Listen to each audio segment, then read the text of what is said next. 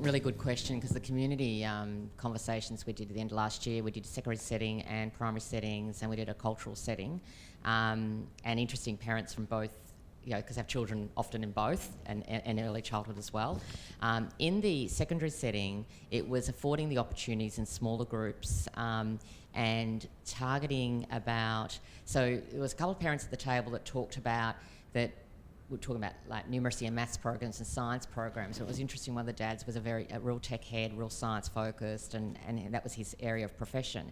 And he said, and his understanding, his takeouts of the messages from the teachers was very different to another dad across the table. I don't know any of that. How come you get that message and I don't? We're getting the same information. So then the school, they're pretty much doing a real focus around the family engagement stuff. That's part of their stuff around, I don't want to get into the acronyms of education state speak, but FISO and building the trust relationship with community engagement.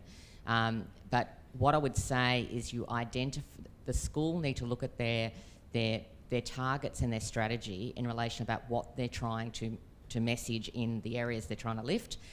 So, for example, in the work that was being done at Monty, for example, I would also encourage Monty Primary about how then do they do the link with the secondary feeder schools to continue that conversation, for example. Drug education, whatever it might be, whatever the topic, about how do we link the two, because they're all in networks. I can only talk for the government sector, but when I talk to my colleagues in the other sectors, I'd also would be, and this is a bit on the fly, some of this stuff I'm telling you now, but it's about, again, putting the parent lens and about what again is going to get those conversations started. And it's really interesting, parents want to talk about the balance of technology. And then obviously some parents are all over it and they think, well, that's the future, we've got to have the conversation. But at the same token, some people are really big on just making sure the kids are happy and safe at school and learning and engaged, and then that's not the priority for them.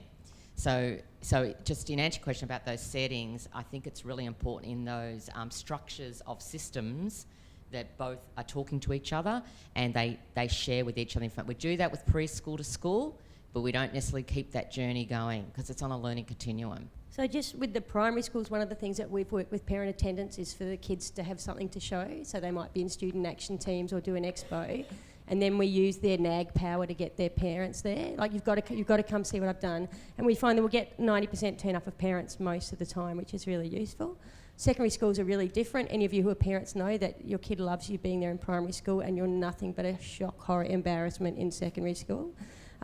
So again, what we would do is maybe try and hop onto existing events that we know have good turnout, like start of the year assembly, camp information nights, anything that school goes, we tend to get good turn up.